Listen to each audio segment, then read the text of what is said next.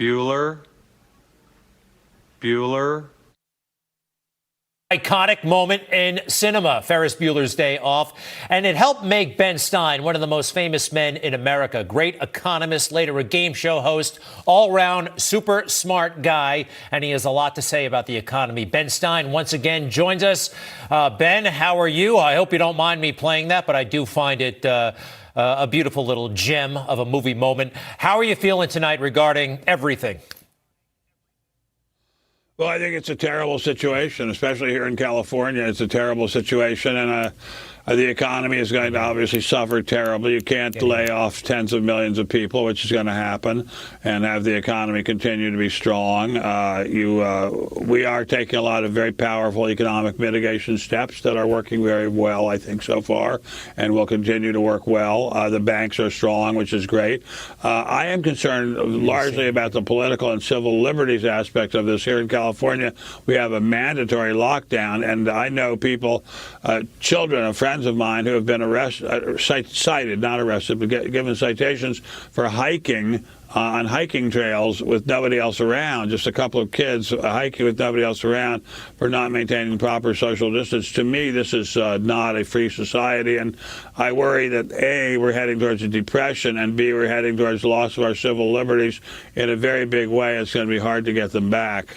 Number one, regarding that civil liberties situation, here's what I heard from Alan Dershowitz. He said we should get very concerned if they try to make any of that permanent. It's one thing if it's temporary, but if it becomes permanent and if there's any language where they discuss permanency, we should be really worried. What would a depression look like, and when do you think it could happen? Well, I think we were already in the beginning phase of it. A depression is generally considered to be 2/4 of 10% or more unemployment, and I think we're going to be having that quite soon, although we have an odd situation. In some areas, there are enormous layoffs. 1 in every 10 workers in America is in food service, and the great majority of them are being laid off. On the other hand, the grocery stores are begging, crying for workers, and they can't get them. So it's very odd for there to be a depression where there's also a severe labor shortage. So I'm kind of puzzled by that. I think that workers have to make some adjustments and take jobs that they would not normally take. But we're mitigating this by unemployment comp, and some of the unemployment comp is fairly decent by usual standards. We have taken very good steps to keep the financial sector strong, and they are very, very important. We've taken very good steps to take the manufacturing sector out of the trough that it's in now, and those are very, very important. So we're way, way, way, way, way better prepared than we were during the Great Depression. There's no comparison. Okay, what would you recommend people do? I mean, we've got a lot of different people here in America, but practical steps folks should take right now. We've got the time. What are your recommendations, if any? Well, I would say if you don't need the money, then stay home and read some good books. If you need money, I think you should take just about any darn job you can get that's not that's not illegal, of course. I know and take it and work on it and save your money. I think you should encourage children who are out of school to get jobs. A lot of children who are out of school are just sort of lounging around the house playing video games. I think everybody who can should get a job and go to work. And for those people who are too old to work, like me, they should probably try to live more economically than people like me usually live. So that's part of it. But it does astonish me. I have a lot of different homes, and all around me, wherever there are grocery stores, they're begging for workers, and they can't get them at $13 an hour, which doesn't seem like starvation wages. They can't get them. I'm glad those grocery stores are open. It gives you a sense of normalcy. Hey, how about this regarding money and the need for money? I get the sense, landlords, even credit card companies, everyone's kind of lightening up on the pay me right now stance that they usually have, or pay within 30 days. It seems like everyone is cutting each other a bit of slack, at least for the next couple of months. Even Governor Cuomo said you can't be evicted for at least 3 months for non-payment of rent.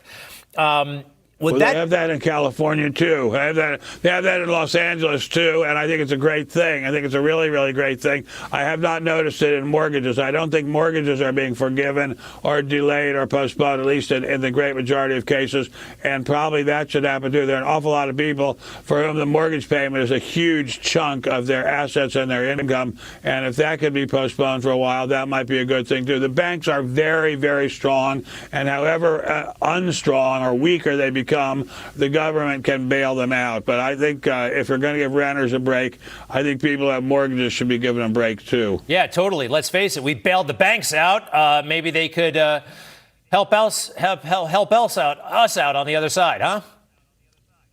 Absolutely. And also the government can always restock the banks. I mean, all the government has to do is flip a switch and money goes pouring into the banks. So let's do that and let the banks have some, give the mortgage holders or some mortgage payers some flexibility in paying their mortgages. Ben Stein, we so appreciate you coming on. By the way, do me a favor, settle a debate for me that I've been having for actually 20 or so years. When Richard Nixon resigned, he gave a speech in the East Room of the White House, and I saw some footage of... Yes, I was there. I was there. And that's you. I found a picture of you, and all right, it looked like you, and you're only up for a flash. What was that moment like? No, I'm actually up for quite a long time, and they have me chewing gum and crying at the same time. I was chewing gum and crying at the same time, and my parents were in the same room, and my mother was sobbing the most I've ever seen her sob in her whole life, and my girlfriend Pat was with me, and she was sobbing too, and we were all sobbing. It was a very, very traumatic, sad day. Well, I'm glad that Mr. Nixon came back. You know what I mean? The rehabilitation of Richard Nixon was a real thing. It really happened. And I think he'd be in awe of some of the things that Donald Trump has done. Ben Stein, we thank you very much. Good to see you. God bless you, sir. Okay.